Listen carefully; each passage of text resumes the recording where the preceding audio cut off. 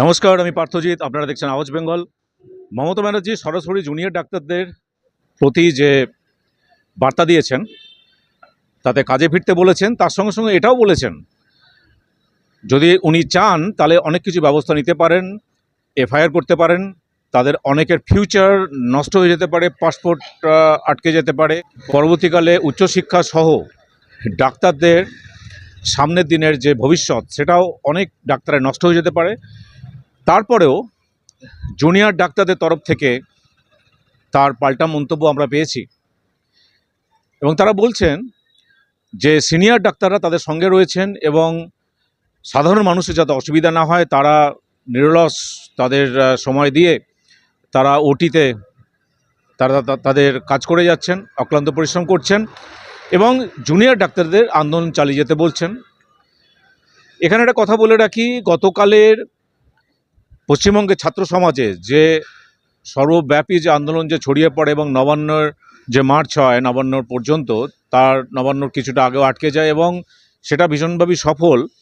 এবং সেখানে দলবল নির্বিশেষে কোনো পার্টির ব্যানার ছিল না, কিন্তু দু তিনজন ছাত্র অ্যাপিল করেন তারপরে সোশ্যাল মিডিয়াতে, এবং এত লাখ লাখ মানুষ সেখানে অংশগ্রহণ করেন, ছাত্রসহ যুব সহ সাধারণ নাগরিক।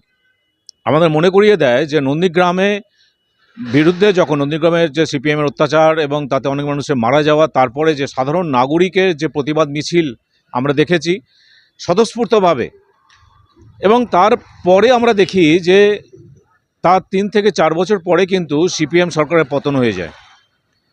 তখন কিন্তু কেউ ভাবেনি 2007-08-এও যে সিপিএম সরকার পতন হতে পারে, কিন্তু 2011-তে কিন্তু পতন হয়।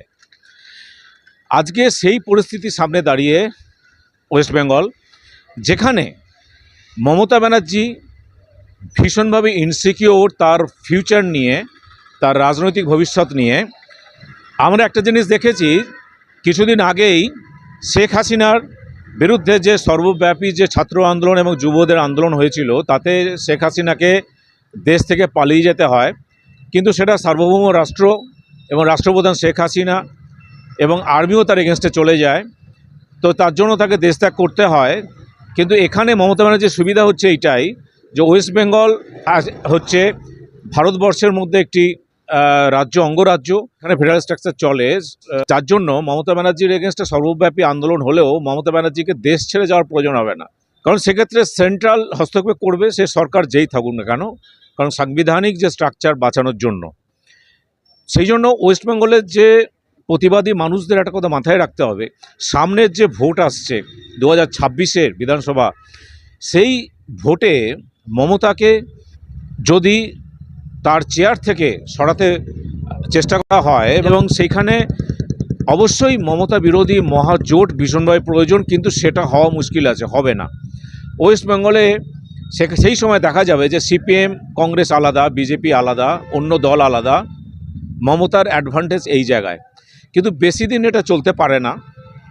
আজকে 16-17 দিন সিবিআই ইনভেস্টিগেশন করছে, কিন্তু কোনো উল্লেখযোগ্য অগ্রগতি অন্তত সামনে আসেনি।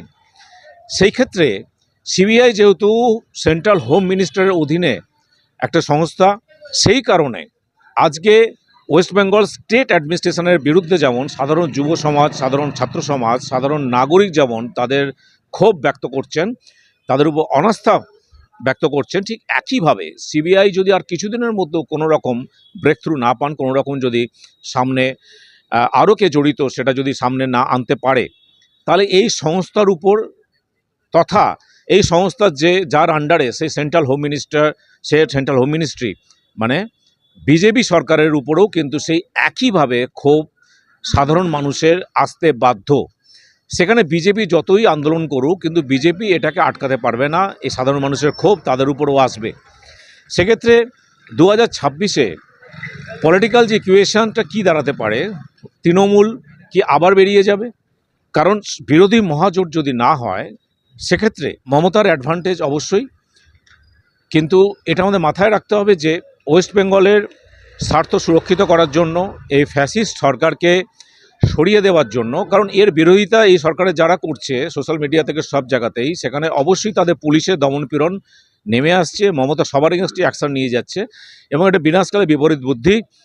এটা আমরা দেখেছি যে 2009 সালের পরেও কিন্তু বুদ্ধ ভট্টাচার্য মানে সিপিএম সরকারের কিন্তু এই প্রবণতা দেখা গিয়েছিল, যারাই তার বিরুদ্ধে আন্দোলন করুক তারা কিন্তু তাদের এগেনস্টে পুলিশ ব্যবস্থা নিত এবং একটা পুলিশ স্টেট তৈরি হয়ে গিয়েছিল। ঠিক একইভাবে এই মুহূর্তে দাঁড়িয়ে ওয়েস্ট বেঙ্গলও সেই একই পুলিশ স্টেটে পরিণত হয়েছে।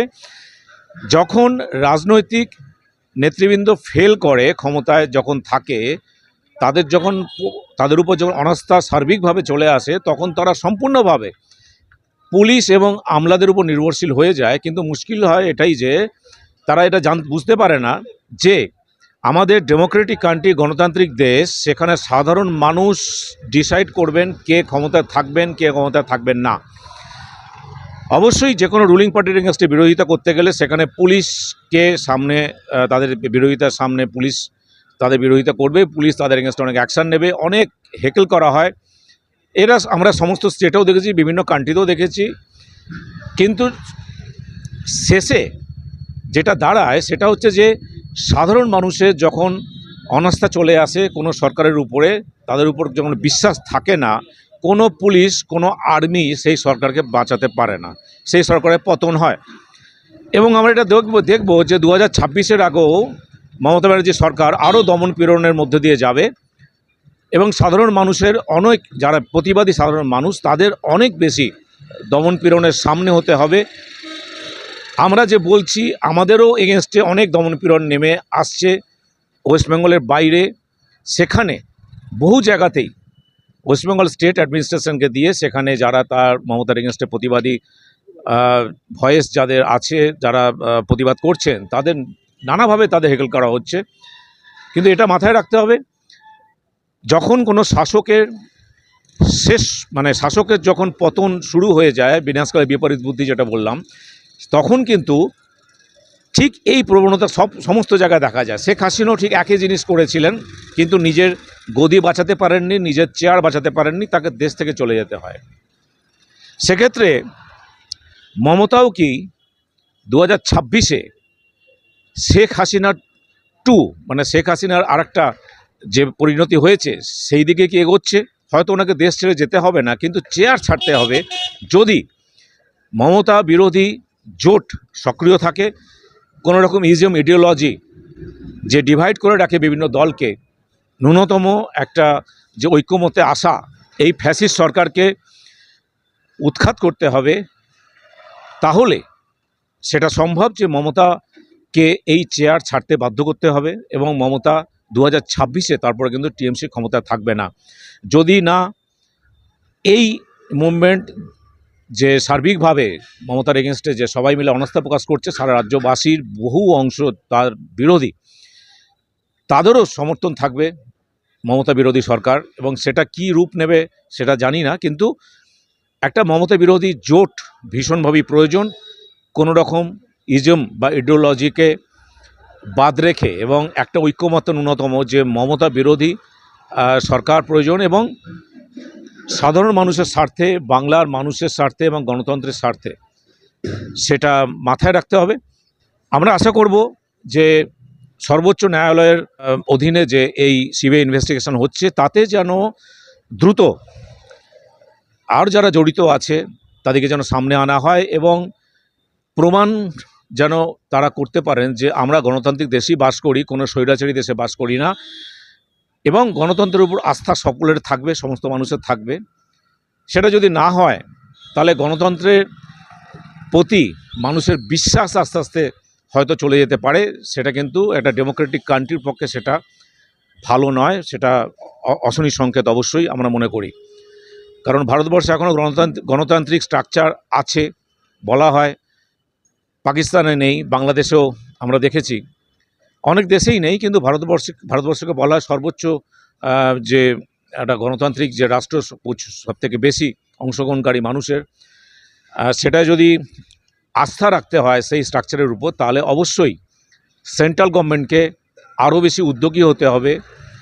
এই যে সেটিংয়ের তত্ত্ব আসছে, তৃণমূল, বিজেপি, বিজেমূল, এই সেটিংয়ের যে তত্ত্ব সার্বিকভাবে ছড়িয়ে পড়ছে, সিবিআই যদি ঠিকঠাকভাবে যদি কোনো রকম ব্রেকথ্রু না পায়, কোনো রকমভাবে আরও যদি সামনে যদি ইনভেস্টিগেশনে সেইভাবে তথ্য বার করে না আনতে পারে, এবং অবশ্যই আরজি করের যে নির্যাতিত ডাক্তার পড়ুয়া কন্যার নির্মম হত্যার সঙ্গে জড়িত যারা যারা রয়েছে তাদেরকে যদি বার করতে না পারে এবং শাস্তি না দিতে পারে, তাহলে অবশ্যই এটা বলতে পারি যেভাবে অনাস্থা তৃণমূলের উপর দেখাচ্ছে তৃণমূল সরকারের উপর, ঠিক একইভাবে বিজেপি এনডিএ সরকারের উপর সেই অনাস্থা কিন্তু আবার দেখানো শুরু হবে। বাংলায় কিন্তু সেই জাগরণ শুরু হয়েছে। এবার শাসক দল, স্টেটের শাসক দল এবং সেন্ট্রালের শাসক দল কী করবে সেটা তাদের উপর ছেড়ে দিলাম। আমরা আশা করি যাতে মানুষের গণতন্ত্রের উপর আস্থা থাকবে এমন কোনো ব্যবস্থা যেন নেওয়া হয়, যেন বিচার পান আরজি করের নির্যাতিত ডাক্তার পড়ুয়াকে যে হত্যা করা হয়েছে তারা যারা দোষী তাদের যেন অবশ্যই তাদেরকে অ্যারেস্ট করা হোক। সংক্ষিপ্ত বিশ্লেষণ আমি শেষ করছি। ভালো থাকুন। প্রোগ্রাম ভালো লাগলে সাবস্ক্রাইব, শেয়ার এবং লাইক করবেন, আর কমেন্ট বক্সে কিছু লিখবেন। জয় ভারত, জয় বেঙ্গল।